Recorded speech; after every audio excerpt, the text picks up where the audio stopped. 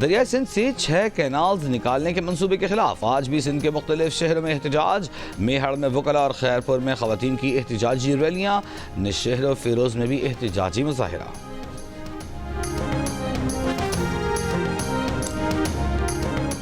Timur جھگڑا نے پی T آئی کی احتساب کمیٹی کے سوال نامے کو سیاسی بدنیتی پر مبنی قرار دے دیا۔ کمیٹی پر عدم اعتماد کا اظہار، کہا وہ اپنا جواب chairman P T I barrister Gohar اور مرکزی جنرل سیکریٹری کو پیش کریں گے۔ وزیر اطلاعات پنجاب اسما بخاری کے رات گئے مختلف تھیٹرز میں چھاپے، تھیٹرز کے کیفیٹیریا، ڈریسنگ رومز اور ہالز کا جائزہ لیا، 5 اداکاروں کو شو کاز نوٹس جاری۔ اسما بخاری کا کہنا ہے کہ کسی کو بے حیائی پھیلانے کی اجازت نہیں دی جائے گی۔ تھیٹرز میں آئندہ جس فنکار نے ایس او پیز کی خلاف ورزی کی اس پر تا حیات پابندی لگے گی۔ شمالی وزیرستان سے تیل اور گیس کے نئے ذخائر دریافت، یومیہ 2 کروڑ مکعب فٹ گیس حاصل ہونے کا تخمینہ۔ ماڑی پیٹرولیم کے مطابق نئی دریافت سے یومیہ 122 بیرل خام تیل حاصل ہوگا۔ کورنگی کریک میں گہرائی کھدائی کے دوران لگنے والی آگ 6 روز بعد برقرار، کے ایم سی اور کنٹونمنٹ بورڈ کے فائر ٹینڈرز موقع پر موجود۔ تپش کے باعث آگ بجھانے کا عمل ہفتے کو روک دیا گیا تھا۔ ضلع انتظامیہ کا کہنا ہے کہ کیمیائی تجزیے کے بعد گیس کی نوعیت اور حجم کا معلوم ہو سکے گا۔ گیس کا ذخیرہ چھوٹا ہوا تو آگ چند دن میں خود بجھ جائے گی، ذخیرہ بڑا ہوا تو اسے محفوظ کرنے کے لیے اقدامات کیے جائیں گے۔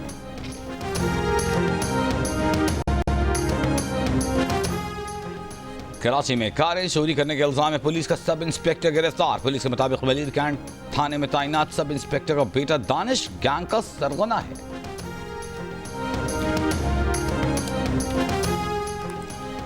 بلدیہ ٹاؤن کراچی کے علاقے مواج کوٹ میں 3 سالہ بچہ کھلے مین ہول میں گر کر جاں بحق، اہل خانہ کا لاش ہابری روڈ پر رکھ کر احتجاج، کہا بچہ سڑک پر کھیل رہا تھا، مین ہول پر ڈھکن ہوتا تو جان سے نہ جاتا۔ کراچی کے علاقے بھینس کالونی میں باڑے کے مالک کو قتل کے بعد دفن کرنے کا مرکزی ملزم گرفتار، اعتراف جرم، 3 ساتھی فرار۔ ملزمان نے 25 مارچ کو باڑے کے مالک سے 20 لاکھ روپے سے زائد کی رقم چھینی، جرم چھپانے کے لیے مالک کو قتل کر کے لاش دفنا دی۔ سفیر عاصم افتخار احمد نے اقوام متحدہ میں پاکستان کے مستقل مندوب کا منصب سنبھال لیا، اپنی سفارتی اسناد سیکریٹری جنرل کو پیش کر دیں۔ اپنے پہلے خطاب میں کہا کہ عالمی برادری دوسروں کی خدمت کے لیے جانیں خطرے میں ڈالنے والوں کا تحفظ کرے۔ تنازعات والے علاقوں میں امدادی کارکنوں کو دھمکیوں اور گولیوں کا سامنا ہے۔ غزہ سنگین بحران سے دوچار ہے، فریقین کو لازمی طور پر انسانی قوانین پر عمل درآمد کرنا ہوگا۔ مطالبہ کیا کہ تحقیقات کے ذریعے خلاف ورزی کرنے والوں کو جواب دہ بنایا جائے، سلامتی کونسل کے ذریعے پابندیاں اور قانونی کارروائی کی جائے۔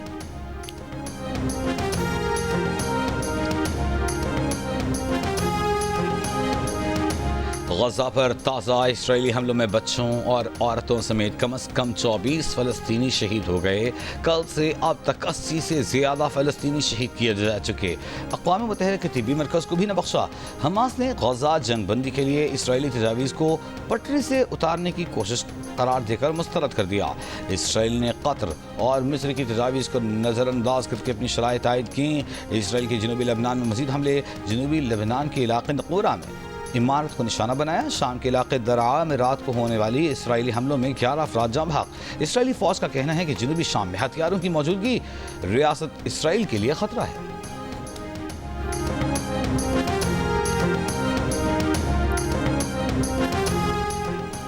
ایلان مسک ڈپارٹمنٹ آف گورنمنٹ ایفیشنسی سے دستبردار۔ صدر ٹرمپ نے اپنی کابینہ اور چند قریبی افراد سے کہہ دیا ہے کہ مسک اب دوبارہ اپنے کاروبار پر توجہ دیں گے۔ صدر ٹرمپ نے ایلان مسک کو حکومتی اخراجات میں کمی لانے کی ذمہ داری سونپی تھی، جس پر نہ صرف ایلان مسک کو ذاتی طور پر شدید تنقید کا سامنا تھا بلکہ اس کی کمپنی کی پروڈکٹ ٹیسلا الیکٹرک کاروں کی فروخت بھی 13% گر گئی تھی۔ تاحال مسک کی دستبرداری وائٹ ہاؤس یا خود مسک کی ٹیم نے تصدیق نہیں کی۔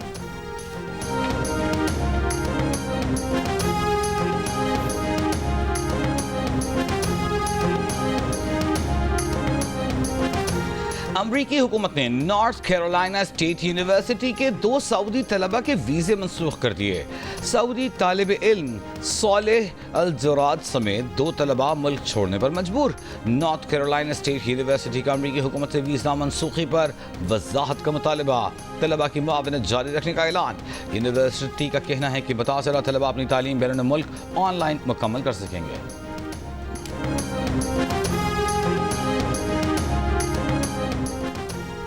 انتخابات کے صرف 2 ماہ بعد صدر ڈونلڈ ٹرمپ کی مقبولیت میں 4% کمی۔ گیلپ کے مطابق صدر ٹرمپ کی مقبولیت 47% سے گھٹ کر 43% ہو گئی۔ پروجیکٹ 2025 ٹیرف کی دھمکیوں اور خلیج میکسیکو کا نام تبدیل کرنے اور گرین لینڈ پر قبضے کی خواہش نے امریکیوں کو مایوس کیا۔ صدر ٹرمپ تجارتی پالیسیز کی 38% امریکیوں نے حمایت کی۔ گیلپ سروے نے مزید کہا کہ ٹرمپ کا دوسرا دور پہلے کی طرح افراتفری اور غیر یقینی سے بھرپور ہے۔ چارلز جتنے بڑے بادشاہ ہیں اتنا ہی بڑا ان کا دل ہے۔ برٹش پاکستانی ریستوران مالکن کی جیونی سے گفتگو۔ شاہ چارلز نے آغاز رمضان پر سینٹرل لنڈن میں ایک ریسٹورانٹ جا کر کھجوریں اور بریانی اپنے ہاتھ سے پیک کی تھیں۔ ریسٹورانٹ کی مالکن نے کہا کہ بادشاہ چارلز کو بریانی، کری اور شاہی ٹکڑے بے حد پسند ہیں۔ بریانی دیکھ کر انہوں نے اپنے لیے بھی ایک ڈبہ پیک کیا۔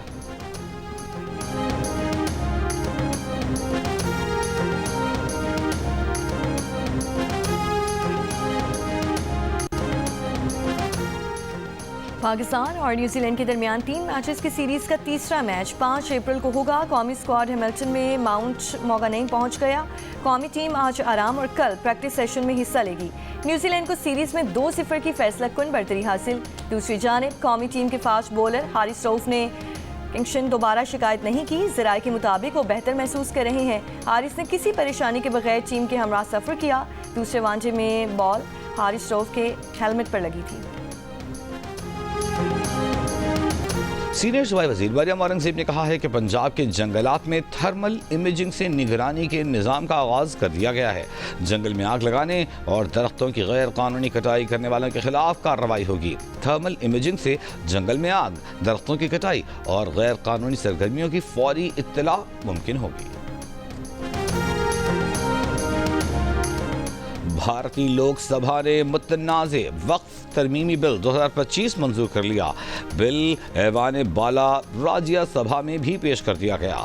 کانگریس رہنما سونیا گاندھی نے وقف ترمیمی بل کو آئین پر حملہ قرار دے دیا۔ کہا مودی حکومت ملک کو کھائی میں گھسیٹ رہی ہے۔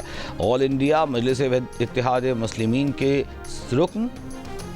رکن پارلیمنٹ اسد الدین اویسی بل کی کاپی پھاڑ ڈالی۔ کہا وہ گاندھی کی طرح وقف بل کو پھاڑتے ہیں۔ وقف بل آرٹیکل 25-26 کی خلاف ورزی ہے، مسلمانوں کے ساتھ ناانصافی ہے۔ وقف ترمیمی بل 2025 کی متنازع ترامیم میں غیر مسلم کو وقف بورڈ کا چیف ایگزیکٹو آفیسر بنانے، ریاستی حکومتوں کو اپنے وقف بورڈز میں کم از کم 2 غیر مسلم اراکین شامل کرنے اور ضلعی کلیکٹر کو متنازع جائیدادوں پر فیصلہ دینے کا اختیار دینا شامل ہے۔ اور کوئٹہ سے کراچی آنے والی بولان میل کی روانگی بدستور معطل۔ ریلوے حکام نے 31 مارچ سے بولان میل کو روزانہ کی بنیاد پر چلانے کا اعلان کیا تھا۔ احتجاج کے باعث کوئٹہ کراچی شاہراہ بھی ایک ہفتے سے بند، مسافروں کو مشکلات۔